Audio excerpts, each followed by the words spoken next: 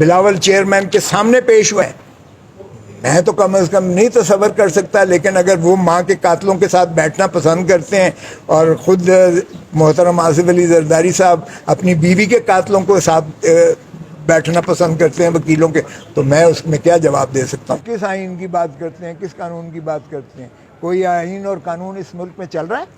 सो अगर इसहाक डार का नाम लिया जा रहा है तो बादशाह सलामत जो बैठे हुए हैं उनके समधी अगर जो है वो वज़ीर आज़म आ जाते हैं तो बादशाह सलामत बराह रास्त ख़जाने पर भी मालिक हो जाएंगे और हुकूमत पर भी मालिक हो जाएंगे। लेकिन ये खातिर जमा रखें, ये नहीं हो रहा, ये नहीं हो रहा भाई। इसहाक डार कभी भी प्राइम मिनिस्टर नहीं। तो नवाज शरीफ साहब को लगा देते हैं नवाज शरीफ तो मुस्तकिल जो है चौथी मरतबा आ रहे हैं सीधा जो है वज़ारत उज़्मा की सीट पर। यही तो लेवल प्लेइंग फील्ड है। इमरान को नीचे उतारो या अंदर कर दो या लहद में उतार दो और बादशाह सलामत को सीधा वज़ीर आज़म के घर पे ले आओ। जिस तरह सीधा इसहाक डार को मफरूरी से लाकर आपने वज़ीर कानून बना दिया, इसी तरह सीधा एक सज़ा याफ्ता मफरूर को लाकर वज़ारत उज़्मा की कुर्सी पे बिठा दो। ये है लेवल प्लेइंग फील्ड।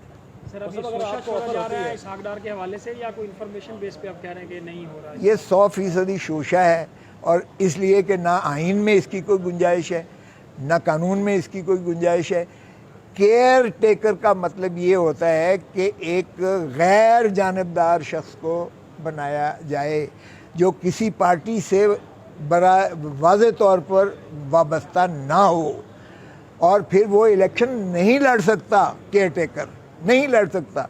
तो इसहाक डार तो भाई उनका सबसे बड़ा वो पुरज़ा हथियार है, उसको तो वो कहाँ से, यहाँ तो रौला पड़ा हुआ है क्योंकि वज़ारत ख़ारजा अब जो बंदर बांट हो रही है कि वज़ीर आज़म फ़लाना अगला होगा और फ़लाना जो है वज़ीर ख़ारजा होगा और फ़लाना पता नहीं क्या क्या होगा। ये जो बंदर बांट हो रही है, अगरचे ये होना नहीं है लेकिन कहने में क्या हर्ज है, खुशफहमी में क्या हर्ज है।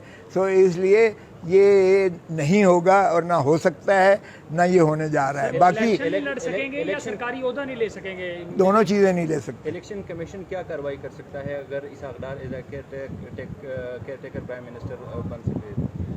वो पहले तो भाई क्या कीड़े मकोड़े समझते हो आवाम को?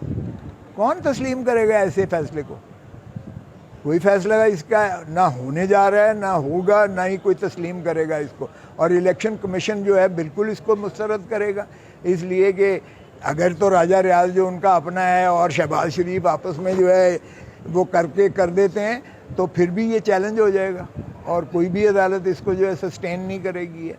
लेकिन ये होगा नहीं, इसलिए कि इनके हाथ में कुछ भी नहीं है, कुछ भी नहीं है। जो ये खुद बातें कर रहे हैं कि फ़लाँ केयर टेकर होगा तो फ़लाँ केयर टेकर होगा, यकीन करो इनके हाथों में कुछ नहीं है। टेक्नोक्रेट सेटअप आ रहा है। सब इलेक्शन एक्ट में जो तरमीम की बातें हो रही हैं जिसके बाद केयर टेकर प्राइम मिनिस्टर बड़े फैसले कर सकेगा, तो इसकी आप तायद करेंगे या इस पर भी आपको तहफ़्फ़ुज़? पहले तो आपकी जवाब दे दूं कि इलेक्शन कोई नहीं होने जा रहा भाई साहब। ये जब तक बल्ले का निशान जो है बैलेट पेपर पर है, इलेक्शन कोई नहीं होना। अगर 90 दिन नहीं, अगर पंजाब और KPK का इलेक्शन जो है 90 दिन के अंदर नहीं हुए तो आप फिक्र ना करें। 8 तारीख को ये असेंबली डिज़ोल्व कर रहे हैं, 8 तारीख को, ताकि 90 दिन मिल जाए। वो भी 90 दिन जो है वो पता नहीं कब पूरे होंगे, कब मुकम्मल होंगे। और जहाँ तक आपका ताल्लुक कि ये आपने कहा कि बड़े फैसले, वो बड़े फैसले तो सारे इन्होंने कर लिए। इन्होंने बड़े फैसले किए हैं, इन्होंने अपने केस ख़त्म किए, इन्होंने वो पैसे 16 अरब मकसूद चपड़ासी के हज़म कर दिए, इन्होंने जो है वो पाक लेन के केस को दफन कर दिया, इन्होंने शहबाज शरीफ के सारे केस बरी हो गए, हमजा शरीफ के सारे केस बरी हो गए मनी लॉन्ड्रिंग से, सलमान शरीफ के बरी हो गए। इन्होंने अपने जो है फैसले, बड़े बड़े फैसले कर लिए और ये दूध के धुले हुए होके अगली दफ़ा फिर लूट मार के लिए अपने आप को पेश करेंगे। अवाम इनको बताएगी जब ये अगर इलेक्शन होता है तो अवाम आपको मैं ये बावर करवाता हूँ यकीन से कि अगर इनकी ज़मानतें ज़ब्त ना हो तो मैं यहीं खड़ा होकर आपको जवाब दूँ। क्यों इलेक्शन एक्ट में ये तरमीम करके केयर टेकर प्राइम मिनिस्टर को बड़े फैसले करने का इख्तियार देना चाहते, क्या अवाम में अब क्या चाहते हैं? आपने कहा केसेस तो हो गए माँ। भाई कोई लालच और हिर्स का कोई लिमिट होती है, कोई इंतहा होती है। इन्होंने अंत कर दिया है, अंत कर दिया है। और इन्होंने ऐसा मजाक और खिलवाड़ किया है आइन के साथ भी, अदालत की तज़हीक भी इन्होंने ख़त्म कर दी है। एक पार्टी को तोड़ने में इन्होंने वो हशर कर दिया है जिसकी कोई इंतहा नहीं है। और आपको क्या कहूँ कि अब आप इनसे कुछ भी तवक्को कर सकते हैं, लेकिन यकीन करें ये 8 अगस्त को चले जाएंगे और इनको जो लॉलीपॉप है इनको कुछ नहीं मिलने वाला इनके हाथ में। न्यूट्रल केयर टेकर सेटअप आएगा, टेक्नोक्रेट सेटअप आएगा और कुछ अरसा चलेगा। Thank you very much. Law minister पता है आपको, बीबी के कातलों का वकील है, बेनजीर भुट्टो के कातलों का वकील है। ये आजम नज़ीर सारड़ बीबी के कातलों का वकील है। यहाँ सुप्रीम कोर्ट में भी पेश हुआ है, बिलावल चेयरमैन के सामने पेश हुआ है।